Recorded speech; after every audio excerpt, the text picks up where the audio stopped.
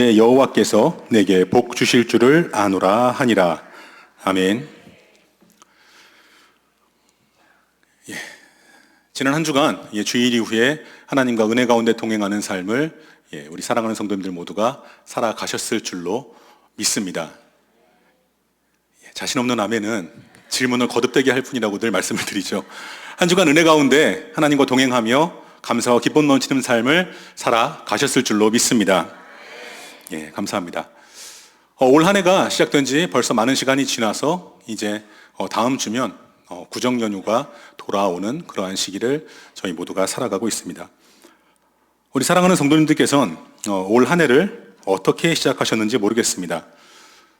많은 사람들이 어찌 보면 세상 대부분의 사람들이 그렇겠지만 특별히 새해를 시작할 때 새롭게 시작되는 그 1년의 시간이 작년보다는 더 낫기를, 작년보다는 더 크고 기쁜 일들이 가득하기를, 내가 계획하고 준비하는 일들이 잘 되기를 소망하시며 시작하시죠. 그래서 여러 가지 다짐을 하기도 하시고요. 기분 좋게 은혜 가운데 한 해가 시작되기를 소망합니다. 특별히 우리는 믿음 안의 사람들이기에 하나님께 새해를 감사하기 위하여서 송구영신 예배로 올 한 해를 시작하셨죠. 올 한 해를 어떻게 시작하셨는지 방금 전에 질문을 드렸는데 올 한 해를 정말 다들 어떻게 시작하셨는지 개인적으로 참 궁금한 생각이 듭니다. 왜냐하면 제 올 한 해의 시작은 제 기대와는 굉장히 많이 달랐기 때문에 그렇습니다. 송구영신 예배를 시작하면서 참 제가 부끄러움이 많은 사람인데 굉장히 큰 임무를 맡게 되었습니다. 어떠한 임무냐면 송구영신 예배가 시작되고 카운트다운이 지나가고 올 한 해 우리 교회의 표어가 무엇인지 다들 알고 계시죠? 뭘까요? 기도하라, 하나님의 일하심을 보리라. 요걸 자신 있게 앞에서 이렇게 외쳐야 하는 그러한 저에겐 굉장히 큰 임무였었습니다. 굉장히 제가 부끄러움이 많은 성격이다 보니까 그런 임무를 맡겨주셨는데 굉장히 긴장이 됐습니다. 그래서 한 시간 전부터 마음속으로 그것만 생각하고 있었어요. 오시는 성도님들한테 인사드리면서도 마음속으로는 기도하라, 하나님의 일하심을 보리라. 목소리 톤을 어떻게 해야 될 것인가, 어떻게 해야 부끄러움이 없이 보일 것인가, 계속 1시간 동안 그 생각만 했습니다. 손에 휴시트를 잡고 있었어요. 그런데 그게 축축해질 만큼 굉장히 긴장하면서 그 시간을 나름대로 준비했습니다. 한 해가 시작되었죠. 카운트다운이 지나가고 올 한 해를 시작하는 시간이 되었습니다. 요 앞에서 자신 있게 외쳤어요. 기도하라 까지는 괜찮았습니다. 다들 따라 외쳐주시더라고요. 기도하라, 기도하라. 하나님의 일하심을 보리라죠. 하나님의 일하심을 보리랍니다. 그런데 너무 자신 있게 이렇게 외쳤습니다. 하나님의 일하심을 보라 라고 외쳤어요. 그 찰나의 순간에 눈앞이 하얘졌습니다. 농담 아니라 진짜로 눈앞이 하얘졌어요. 다른 교육자들 앉아 계신 곳을 절대 쳐다보질 않았습니다. 큰일 났구나. 끝나고 놀림을 받거나 혼나거나 둘 중에 하나겠구나. 그래서 그 다음부터 굉장히 목청껏 외쳤습니다. 기도하라, 하나님의 일하심을 보리라. 우리 성도님들께서는 굉장히 수준이 있으셔서 제가 보라라고 외쳤지만 여러분들께서는 보리라라고 외쳐주시더라고요. 그때 한번 더 당황했습니다. 나만 틀렸구나. 참 많이 가슴이 아팠던 그러한 시간이었는데 시계를 보니까 새해가 시작된 지 한 3분, 4분 지나가더라고요. 3분 만에 난 올 한 해를 이렇게 시작을 하는구나. 이제 그 생각을 마음속에 했었습니다. 우리 사랑하는 온세교회 성도님들 모두 올 한 해를 은혜 가운데 시작하셨을 줄로 믿습니다.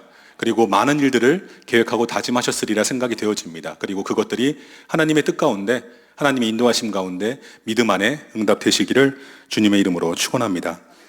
오늘 이 시간에는 바로 그러기 위해서 우리 가운데 필요한 것, 특별히 우리가 믿음 안에 준비하고 세워나가야 할 것은 무엇인가, 무엇을 힘있게 세워나가는 성도가 되어야 할 것인가를 함께 잠시 말씀 가운데 살펴보기를 소망합니다. 오늘 함께 보신 본문 말씀은요, 우리가 굉장히 잘 알고 있는 사사기의 말씀이 되겠습니다. 보통 사사기라고 하면 우리는 많은 것을 떠올릴 때가 있죠. 가장 쉽게 떠오를 수 있는 것은 무엇일까요? 하나님께 선택받아서 영웅과 같이 이스라엘을 구원한 전쟁의 영웅인 사사들을 우리는 쉽게 떠올리는 것 같습니다. 왼손잡이 에훗이라던가 우리 주일학교 친구들에게부터 유명한 300용사를 앞장서서 이끌었던 기드온과 같은 사사, 성경에서 가장 힘이 강한 사람으로 알려진 삼손과 같은 사사, 그러한 용맹한 사사들의 모습을 우리는 굉장히 쉽게 떠올리죠. 하지만 그러한 용맹한 모습과는 별개로 그러한 용맹한 사사들이 끊임없이 나올 수밖에 없었던 이유, 우리에게 굉장히 유명한 구절이 또한 사사기에는 기록이 되어 있습니다. 사사기 하면 대표적으로 떠오르는 말씀이죠. 어떠한 말씀입니까? 그때에는 이스라엘에 왕이 없었으므로 사람마다 자기 소견에 옳은 대로 행하였더라라는 말씀입니다. 바로 그렇기에 아무리 많은 사사들이 세워졌어도 그때에는 이스라엘 가운데 왕이 없는 것으로 여겨졌기에 계속해서 사사들이 세워지며 하나님의 심판과 구원이 반복되었었죠. 오늘 함께 보신 본문 말씀도 사실 바로 이 구절을 가장 있는 그대로 적나라하게 보여주는 그러한 말씀 가운데 하나가 아닐까 합니다. 오늘 함께 보신 본문이 포함된 사사기 17장은요, 한 사람에게 일어난 두 가지의 사건을 우리에게 보여주고 있습니다. 말씀드린 것처럼 이 두 가지 사건을 통해서 오늘 우리가 특별히 새해를 다시 한번 맞이하는 기분을 누리고 있는 이 시간, 믿음 가운데 힘있게 세워가야 할 것이 무엇인지를 함께 돌아보기를 소망합니다. 오늘 본문에 나타난 이 미가라는 사람, 특별히 이 미가와 이 미가의 가정을 통하여서 저는 무엇보다 우리 가운데 반드시 세워져야 할 것, 바로 믿음과 사랑 안에 서로를 가르치는 것이다라고 함께 말씀을 생각해 보기를 소망합니다. 성도의 가정은, 성도가 모인 공동체는 항상 진리와 믿음 안에서 서로를 사랑하고 또한 서로를 가르쳐야 한다라는 것입니다. 우리 옆에 계신 분들과 함께 인사하시면 좋겠습니다. 이렇게 한번 인사하시면 좋을 것 같아요. 믿음 안에 사랑하고 가르칩시다. 한번 인사해 주시죠. 웃는 얼굴로 고백하신 것처럼 그렇게 믿음 안에서 서로를 사랑하고 또한 서로를 가르치실 수 있는 저와 여러분들이 되시기를 주님의 이름으로 축원합니다. 자, 오늘 함께 보신 본문 말씀은요, 에브라임 산지에 미가라는 사람이 살았다라고 시작하고 있습니다. 이 미가라는 이름, 그 뜻을 살펴보자면 여호와 같은 이가 누구냐, 하나님과 같으신 분이 누구냐라는 굉장히 좋은 뜻, 멋진 뜻을 가진 이름이죠. 하지만 오늘 본문 가운데 미가는 함께 살펴보신 것처럼 그 이름값을 제대로 하지 못하는 사람이었음이 기록되어 있습니다. 그 사건의 첫 시작은 미가의 어머니로부터 일어나게 됩니다. 미가의 어머니가 은 1100개를 도둑맞고 훔친 사람을 저주한 적이 있다라고 성경 말씀은 기록되어 있습니다. 그런데 문제는 그 어머니의 은 1100개를 훔친 사람이 누구였던 것입니까? 바로 아들인 미가였던 것이죠. 훔친 것이 은 100개였다라고 한글 성경은 기록하고 있는데 영어 성경은 이 훔친 은 1100개가 1100세겔이다라고 기록되어 있습니다. 아마 기억하시는 분이 계실지도 모르겠는데요. 사사기 16장에서 들릴라가 삼손을 팔아넘기고 블레셋 방백들 각자에게 받은 은도 이 1100이었다라고 성경은 기록하고 있죠. 그러면 이 훔친 은 1100, 은 1100세겔은 얼마만큼의 돈이었느냐? 무게로는 약 13kg 정도 되는 엄청난 무게이고요. 또한 은 한 세겔은 당시 노동자의 4일 정도의 품삯이었다라고 합니다. 제가 조금 살펴보니까 2025년 기준으로 우리나라 일하시는 분들의 최저시급이 1030원이다라고 뉴스에 나온 것을 보았습니다. 혹시 아닌가요?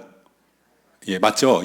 아닌 것처럼 쳐다보셔가지고 1030원인데 여러분 한번 생각해 보시면 좋을 것 같아요. 물론 이러한 수치상의 비교가 100% 정확하다고 할 수는 없습니다만 은 1100세겔이 어느 정도의 돈이었느냐?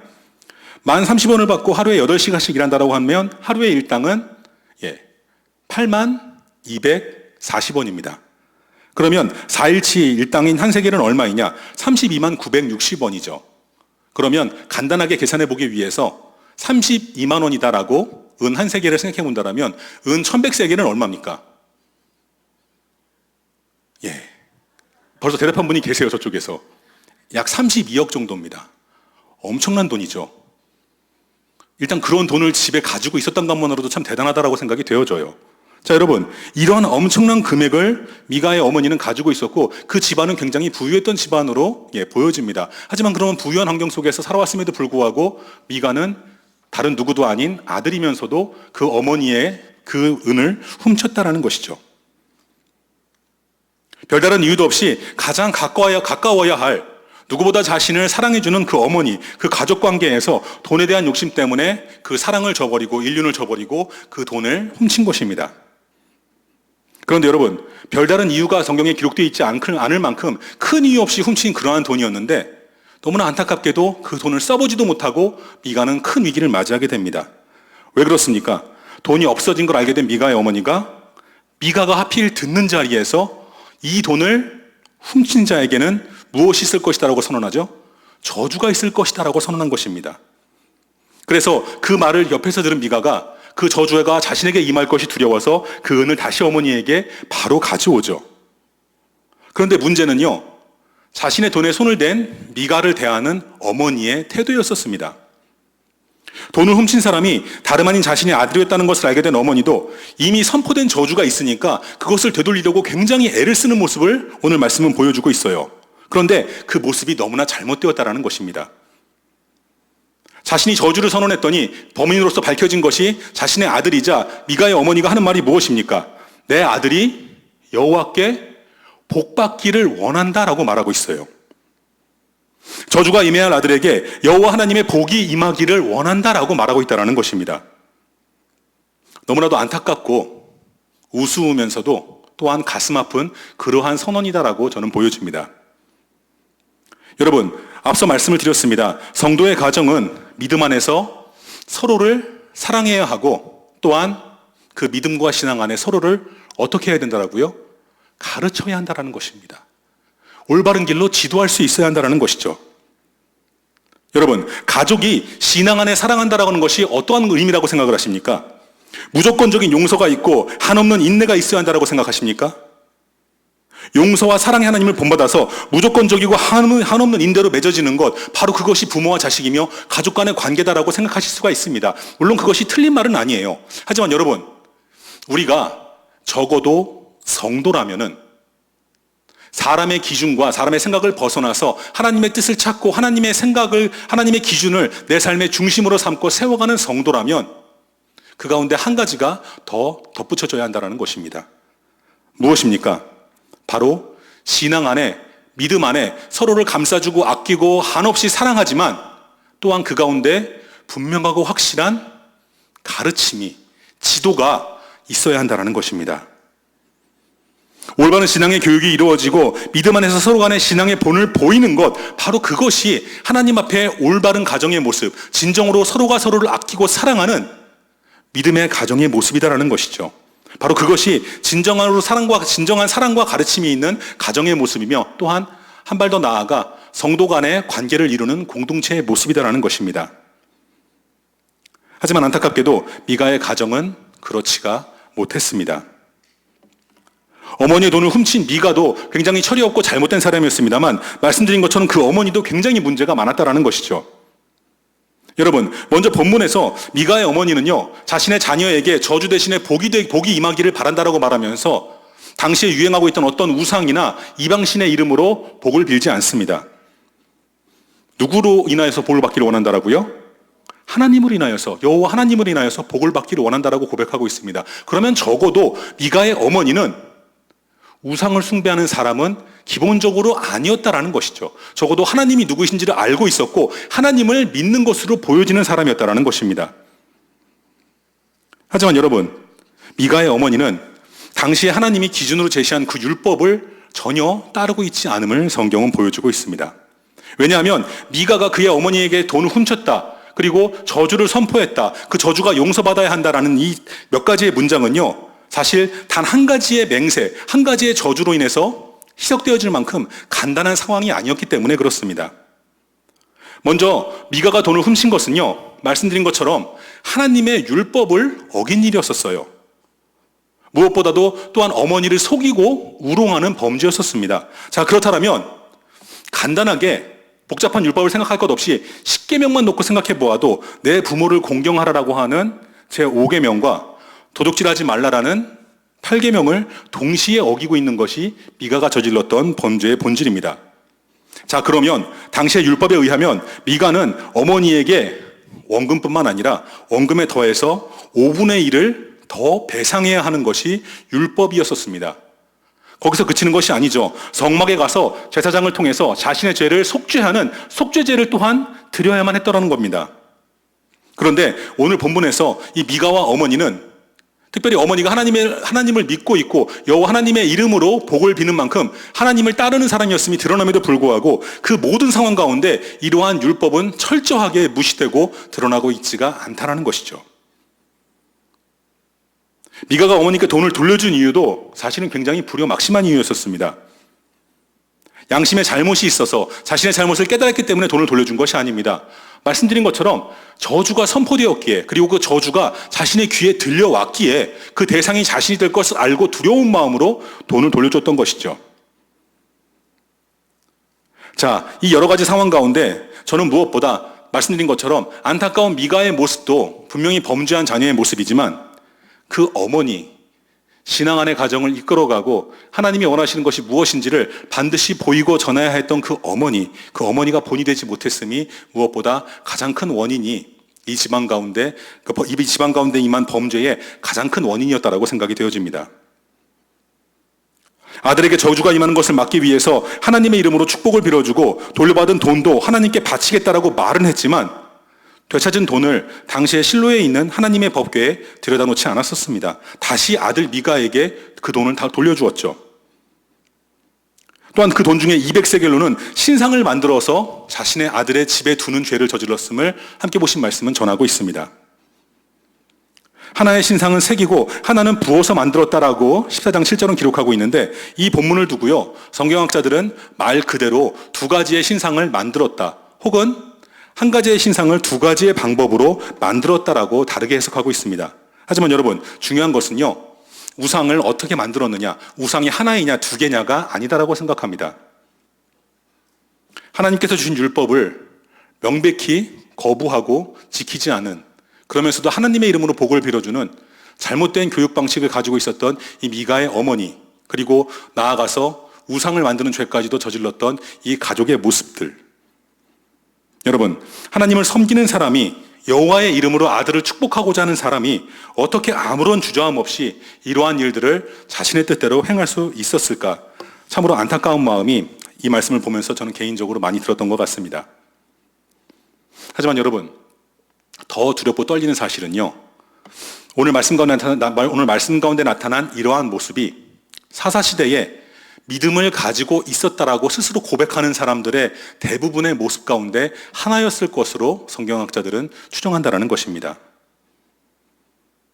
함께 말씀을 읽어본 그 17장에 나타난 미가와 그 어머니의 모습이 유달리 특별하고 흉악한 일이라서 오늘 말씀 가운데 기록되었다라고 느끼시는 분이 계실지 모르겠어요. 하지만 여러분, 함께 17장 1절부터 마지막 절까지 말씀을 읽어보시면서 나타난 것처럼 17장은요, 그 내용이 끝날 때까지 그들의 잘못을 있는 그대로 기록은 하고 있지만 잘못을 탓하는 표현이 어디에도 기록되어 있지는 않습니다. 그저 있는 그대로의 모습을 담담하게 서술하고 있죠. 왜요? 말씀드린 것처럼 이러한 모습이, 이러한 가정이 굉장히 흔했기 때문입니다. 왕이 없이 살아간 이스라엘 백성들의 모습의 평균적인 모습이 바로 이 정도였기 때문이죠. 하나님을 경외한다라고 외치면서도 하나님의 이름으로 맹세한 일을 마음대로 바꾸는 것을 그다지 심각한 문제로 생각하지도 않았고, 바로 하나님의 율법을 있는 대로 지키지도 않으면서 하나님의 이름으로 감히 복을 빚는 이러한 모습, 바로 이렇게 잘못된 모습을 오늘 함께 보신 말씀은 대표적으로 기록하고 오늘 우리에게도 전해주고 있다는 것입니다. 미가의 어머니는요, 아들을 위해서 하나님께 진정으로 기도드리거나 회개하는 제사를 드리지 않았고 그저 그 저주를 덮기 위해서 하나님의 이름으로 복을 비는 모습만을 보여주고 있습니다. 오늘 함께 하신 이 자리에는요, 아직 부모가 되지 않았거나 가정을 이루지 않으신 분들도 계시겠지만 사실 대부분은 이미 결혼을 하시고 가정을 이루시고 또한 자녀들과 함께 가정을 세워나가시는 분들이 대부분이신 것 같습니다. 여러분, 우리 가정 가운데에는 과연 어떠한 모습의 하나님이 세워져 나가고 있는지, 나는 어떠한 모습으로 사랑하는 내 자녀들에게, 혹은 아직까지 믿음을 알지 못하는 내 부모님, 내 친척, 내 형제 자매들에게 보여지고 있는지, 과연 나는 어떻게 가정 안에서 신앙을 이뤄나가고 있는 부모인지, 한 발 더 나아가서 우리 교회 공동체 가운데서는 나는 어떠한 본을 보이며 내 뒤를 이어갈 믿음의 후배들, 믿음의 자녀들을 가르치고 이끌어 나가고 있는지 다시 한번 돌아보아야 할 것 같습니다. 제가 주일학교 교육부서를 이제 맡았던 시절에 제 귀로 직접 들었던, 오늘 마치 미가가 자신의 어머니의 저주를 듣고 충격을 받았던 것처럼 제 귀로 직접 듣고 굉장히 충격을 받았던 말이 있습니다. 엄마 아빠가 대신 예배 드리고 올게라는 말이었었어요. 교회에서 우리 자녀들 어디 갔는지 부모님들께 여쭤봤더니 부모님이 직접 하신 말입니다. 우리의 시험 기간이라 엄마 아빠가 대신 예배 드리러 왔어요. 여러분, 우리 온세계 교회 부모님들 가운데 이런 분들은 계시지 않기를 진심으로 소망합니다. 진심으로 소망합니다. 사랑하는 자녀들은 시험 공부에 집중하고, 사랑하는 자녀들은 자신들의 삶의 인생의 체험이 더 중요하니까 엄마 아빠가 대신 예배 드리러 왔다. 절대 옳지 않은 모습입니다. 신앙생활은 평생 하는 것이고 교회는 언제든지 갈 수 있고, 고3은 이 중요한 시험은, 이 중요한 때는 일생에 한 번밖에 없으니까 너희들은 그 일에 집중해. 너희들 기도는 엄마 아빠가 대신 할게. 혹은 청년이 된 자녀가 잠깐 동안 내 믿음을 내가 확인하겠다라고 말하면서 나에게 신앙을 강조하지 말라라고 할 때, 그래, 한번 나가서 세상을 경험해봐. 그래, 한번 하나님을 떠나 살아봐. 어떤지 네가 체험하고 네 발로 돌아오게 될 거야 라고 말씀하시는 모습. 이러한 모습은 우리 사랑하는 온세교회 성도님들께는 보여지지 않는 모습이기를 주님의 이름으로 축원합니다. 세상에서 누릴 복을 가르치기 전에 세상에서 나아가야 할, 세상에서 감당해야 할 높은 벽을 너희들의 힘으로 깨 부숴야 한다라고 말하기 전에 그 모든 것을 감당하시는 분, 우리의 복의 근원이 되시고 앞서 나아가서 그 모든 일을 미리 예비하시고 바르고 선하게 인도하실 분, 바로 하나님이심을 우리는 가르치고 전하며 우리의 가정 가운데 그러한 믿음의 기둥을 세워나가야 한다는 것입니다. 사랑하는 자녀들이 부자가 되는 일, 너무나도 기쁘고 즐거운 일이죠. 세상 가운데 인정받고 출세하는 일, 너무나도 기쁘고 너무나도 감사한 제목이 될 수 있습니다. 하지만 여러분, 감히 말씀드리건대 부자가 되라고 가르치기 전에, 출세하라고 가르치기 전에 먼저 하나님 앞에서 정직하고 성실하게 살아가는 것, 내 이웃을 사랑하고 섬기는 것, 바로 이러한 것을 가르치고 우리 아이들의 삶 가운데 하나님을 향한 믿음을 함께 세워나가시는 우리 온세계 교회의 모든 성도님들, 모든 부모님들, 모든 교육자와 교사분들이 되시기를 주님의 이름으로 축원합니다. 가정뿐만 아니라 공동체 안에서, 목장 안에서 온전한 믿음의 교제가 이루어지고 말씀을 가르치며 배워야 할 이유가 바로 여기에 있습니다. 지금 열심히 준비되고 있는 다음 세대의 캠프와 각 부서의 수련회가 너무나도 중요한 이유가 바로 여기에 있다는 것입니다. 사역자들이 애쓰기에, 교사 선생님들이 자신의 것을 내어놓고 애쓰기에 그 노력과 수고가 감사하고 그 노력과 수고 때문에 미안한 마음이 들고, 물론 이런 것도 중요하고 의미가 있을 수 있어요. 하지만 여러분, 우리가 정말 바라봐야 할 것은 그 일을 준비하는 것, 그 일을 준비하는 사람, 그 뒤에 넘어서서 그 시간 가운데 역사하실 하나님을, 그 하나님이 역사하실 시간을 우리는 바라보고 소망할 수 있어야 한다는 것입니다. 정말로 간절한 마음으로 다시 한번 여러분들께 감히 말씀을 드리고자 합니다. 사랑하는 자녀들을 위하여서 준비되고 있는 수련회와 캠프와 여러 가지의 교회의 사역들, 전심으로 위해서 기도해 주시고 협력하여 주시고 사랑하는 자녀들을 그 자리로 인도해 주시기를 간절한 마음으로 소망합니다. 바로 그 자리에서 우리의 자녀들을 기다리고 계실 하나님이 계십니다. 세상 가운데 우리의 자녀들을 내가 감당하지 못하는 부분까지도 감당케 하시며 믿음으로 세워나가게 하실 분, 하나님이 그 자리에서 우리 자녀들을 기다리고 계십니다. 먼저 내 안에서 하나님을 바로 세우고, 또한 우리 가정 가운데 하나님을 힘있게 세워나가시는 우리 모든 온세계 교회 성도님들, 그리고 또한 온세계 교회 모든 가정이 되시기를 주님의 이름으로 축원합니다. 또한 이후의 말씀 가운데 오늘 보여주고 있는 미가의 모습은 무엇보다 성도가 그 삶 가운데, 개인의 삶 가운데 중심으로 삼아야 할 것, 굳게 세워나가야 할 것이 무엇인지를 보여주고 있는데요. 무엇보다 그것은 바로 하나님을 향한 흔들리지 않는 믿음, 온전한 믿음임을 함께 보신 말씀은 전해주고 있습니다. 가정과 공동체 가운데 하나님을 온전하게 믿음의 기둥으로서 세워나가야 한다면 또한 그에 앞서 가장 필요한 것, 우리 개인의 삶 가운데에도, 나의 삶 가운데에도 먼저 하나님이 세워지셔야 한다는 것입니다. 이 시간 다시 한번 옆에 계신 분들과 함께 이렇게 인사하며 다짐하시기를 소망합니다. 하나님을 향한 믿음을 삶의 자리마다 세워나갑시다. 하나님을 향한 믿음을 내 삶의 자리에서 세워나가시는 저와 여러분들이 되시기를 소망합니다. 자, 어머니에게 받은 은으로 개인적인 산당을 차리고 그곳에 우상을 만들고 보관했던 미가는요, 거기서 그치지 않고 계속해서 끊임없이 잘못되는 모습을 우리에게 보여줍니다. 먼저는 자기 아들들 중 하나를 제사장으로 삼아서 그 산당을 관리하게 했음을 말씀은 전하고 있습니다. 자, 여러분, 자신의 아들을 제사장으로 삼아서 산당을 관리하게 한 것, 문제일까요? 문제가 아닐까요? 문제니까 제가 여쭤보겠죠. 그럼 왜 문제겠습니까? 제사장은 아무나 할 수 있었을까요? 아닙니다. 제사장은요, 하나님이 택하시고 세우신 레위 지파들 가운데에서도 아론의 가문만이 감당할 수 있었던 그러한 직분이에요. 또한 제사장을 세우는 것도 일반인이, 제가 말씀드린 일반인은 레위 지파가 아닌, 제사장이 아닌 다른 사람이 자신의 임의대로 세울 수가 없는 일이었던 것입니다.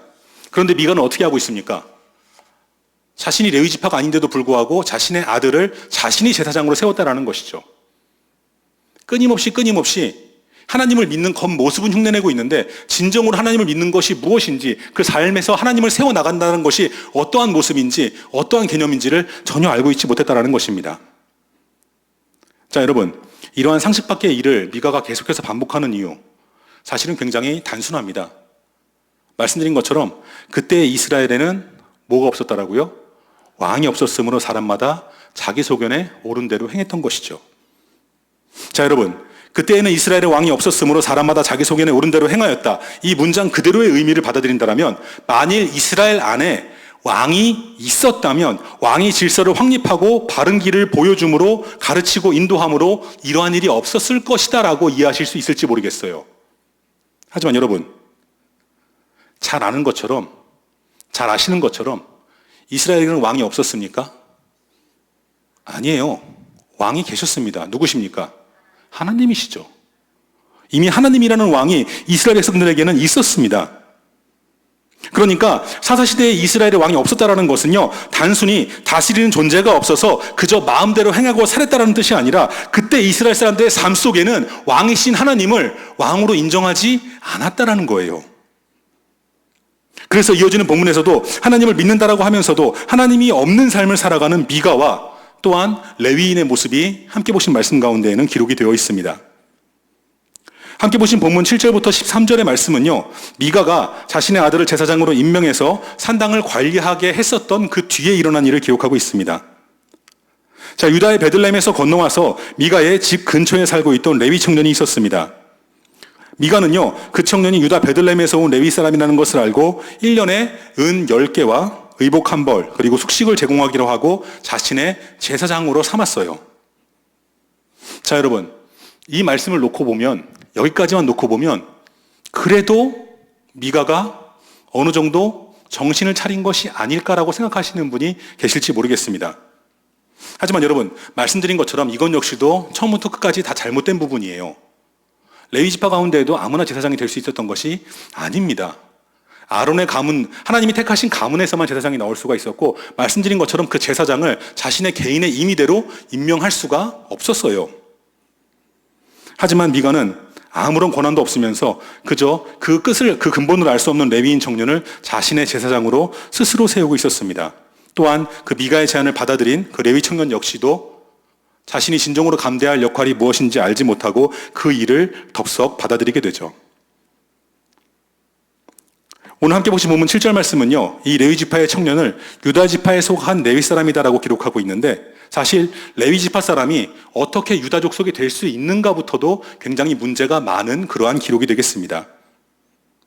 그래서 정확한 출신을 알 수 없고, 이 레위 청년이 레위 사람을 아버지로 둔 유다 사람이든가, 아니면 반대로 유다 아버지와 레위 어머니 사이에서 태어난 그런 사람이었을 것이다라고 성경 주석가들은 해석을 하고 있는데요, 어떠한 상황이든 이 사람은 제사장이 될 수 없는 사람이었던 것이죠. 이렇게 억지로 제사장이 된 것도 문제인데 제사장이 된 뒤에도 그 직분을 제대로 수행하지 않았다는 것을 오늘 함께 보신 본문의 말씀 가운데 이 미가의 고백을 통해서 우리는 확인해 볼 수가 있습니다. 자, 오늘 함께 보신 본문 10절 말씀이 되겠는데요. 우리 10절 말씀 다 같이 다시 한번 함께 읽어보도록 하시겠습니다. 10절입니다. 미가가 그에게 이르되 내가 나와 함께 거주하며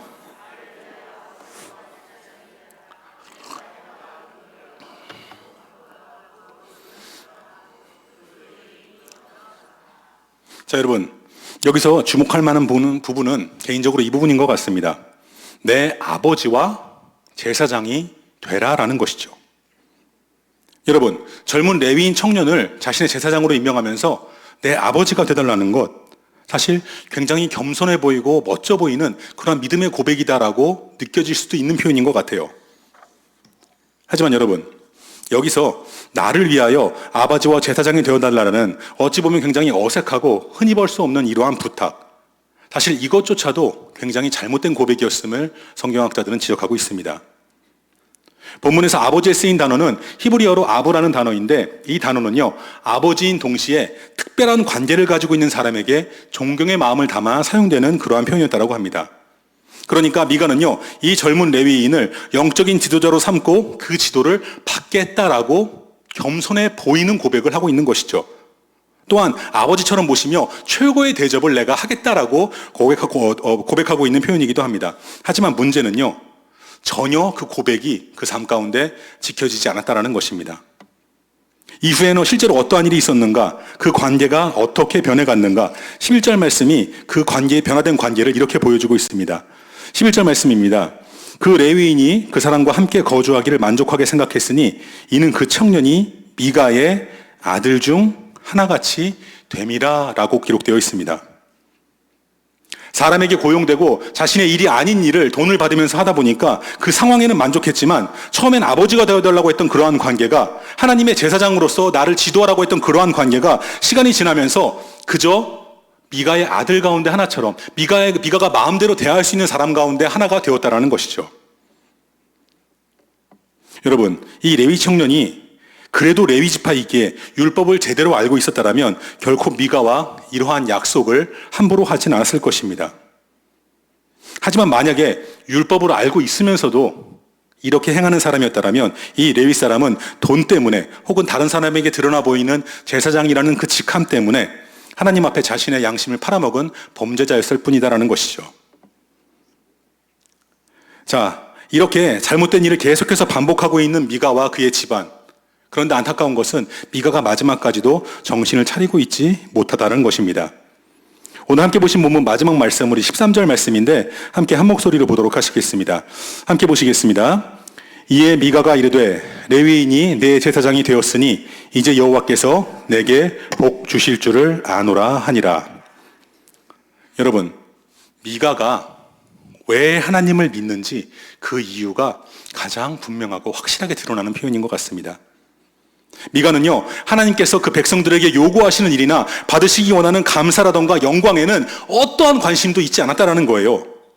그저 본문에서 하나님을 향한 미가의 유일한 관심사가 무엇입니까? 하나님을 이용하여서 복을 받기를 원한다라는 것입니다. 그렇기 때문에 미가에게 레위 청년은 진정으로 자신이 모시고 섬겨야 할 하나님의 일을 대리하는 제사장이 아니라 행운을 가져다주는 마스코트와 같은 존재, 부적과도 같은 존재였을 뿐이다라는 것이죠.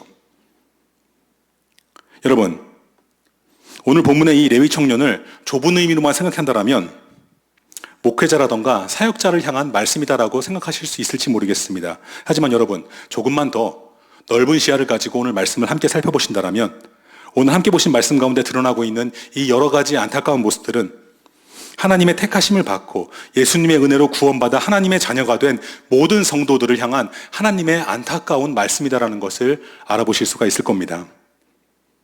내 마음대로 복을 빌기 위해서 멋대로 제사장을 세우고 있는 미가의 모습, 그리고 돈과 지위에 하나님 앞에서 양심을 속이고 제사장이 된 레위 청년의 모습, 여러분, 오늘 우리의 삶 가운데에는 이러한 모습이 결단코 있어서는 안 되겠습니다. 오늘 함께 보신 본문 말씀은요, 미가와 그 어머니의 일, 그리고 이어지는 레위 지파 사람과의 일까지 온통 처음부터 끝까지 상식을 벗어나고 잘못된 일만이 빼곡하게 기록이 되어 있습니다.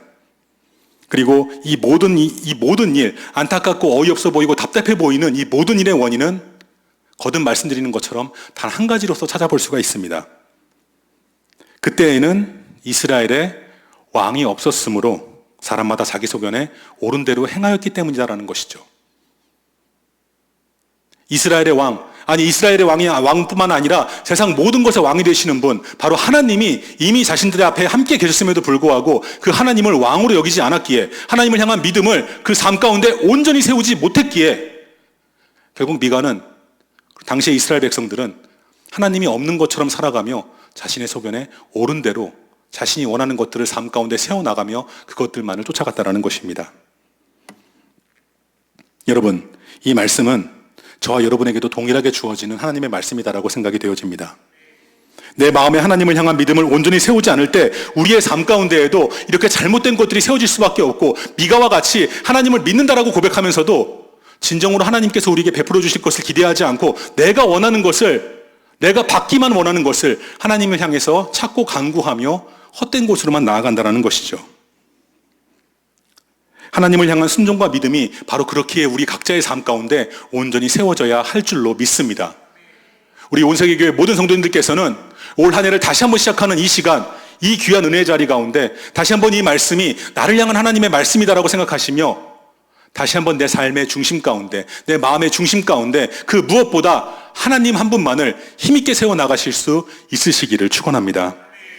하나님을 향한 순종과 믿음을 세우지 않는다라면 저와 여러분들도 미가와 같이, 그리고 오늘 말씀 가운데 레위인과 같이 우상을 섬기며 넘어질 수밖에 없다라는 것을 이 시간 다시 한번 두렵고 떨리는 마음으로 다시 한번 고백하시고 바라보시는 저와 여러분 모두가 되시기를 주님의 이름으로 축원합니다. 함께 보신 말씀을 정리하겠습니다. 여러분, 다시 한번 질문을 드리고자 합니다. 올 한 해 어떤 것을 소망하고 어떠한 일을 이루기를 꿈꾸며 살아가십니까? 그 모든 계획과 그 모든 삶의 자리마다 하나님을 내 삶의 주인으로 세우시고 믿음과 신앙으로 내 삶을 채워나가시는 저와 여러분 모두가 되시기를 주님의 이름으로 축원합니다. 하나님을 내 삶의 왕으로 모시고 가정에서, 교회에서 신앙과 진리 안에 서로를 사랑하고 본을 보이며 또한 신앙 안에 서로를 바르게 인도하고 가르치시는 저와 여러분이 되시기를 주님의 이름으로 축원합니다.